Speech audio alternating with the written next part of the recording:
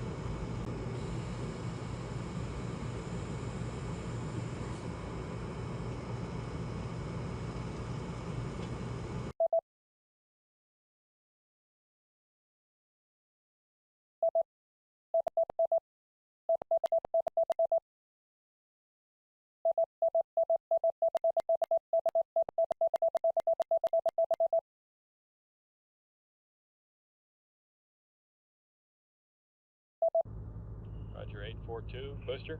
Go. Go. Roger, 842. Booster? Go. Go at 530, Capcom. Flight guidance, I'm showing negative. Flight GC. Roger. How you doing, Ginseng? Still building up airs, fine, but they're not too large. Turn status, Fido? Go. Booster? Prop? Go fly. Econ.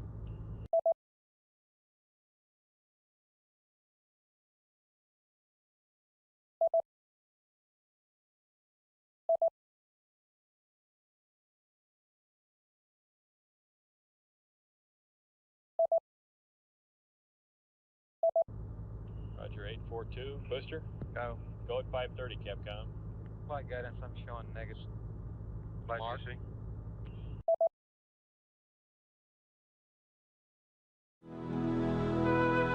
People have always been fascinated with the idea of leaving the world they know and moving out into the unknown, first simply to explore, then to live and work. Space, the realm of Voyager probes and orbiting space stations, is a frontier for us to dream about. As the millennium approaches, 14 nations will undertake a project to live and work in space. Under the leadership of the United States, and with the expertise of the space agencies of Russia, Europe, Canada, and Japan, they will launch and build sections of a new space station to orbit the Earth. The station will provide a permanent platform for peaceful research. Up to 6 people will spend extended periods of time more than 200 miles above the Earth. The International Space Station is the next step in our adventure of space exploration. With Vostok and later Apollo missions, men left the Earth and walked on the Moon. Contact light. Houston, Tranquility Base here. The Eagle has landed. Voyages of Skylab, the Shuttle, and Mir Station began the process of building up the knowledge needed for people to live and work in space. The space station will be built over a period of about 5 years, but will be ready for its first occupants after the first year. The first stage will be the Russian Functional Cargo Block, a basic module for living and working in space. It will be sent aloft by a Proton rocket. Next, the shuttle will take up an adapter that will allow later modules to be attached. A further 8 launches by the US and Russia will bring the station into an operational state, and men and women will begin to live in space, working, eating, showering, and listening to their favorite CDs, although taking a stroll will still have a very different meaning. 34 more launches will complete the station as it is now planned, weighing about 400 tons and covering the area of a football field. The new space station will enable a more thorough investigation of materials, fluids, and biological processes under conditions of near zero gravity and sometimes intense radiation. Ultra-pure crystals will be grown and unusual metal alloys created which will bring practical benefits on Earth. The testing of new space technology itself will be a focus of work at the station. The eyes of the explorer still look far beyond the Earth's orbit. A minute level of atmospheric drag affects the station at all times. It slowly drifts back towards the Earth, and there is a danger of re-entry. So about once every 6 months, it must be boosted back into its original orbit position. The station will circle the Earth every 90 minutes, crossing the equator at an angle of 51.6 degrees. On this pathway, 95% of the world's population will have the chance to see the International Space Station pass across the night sky.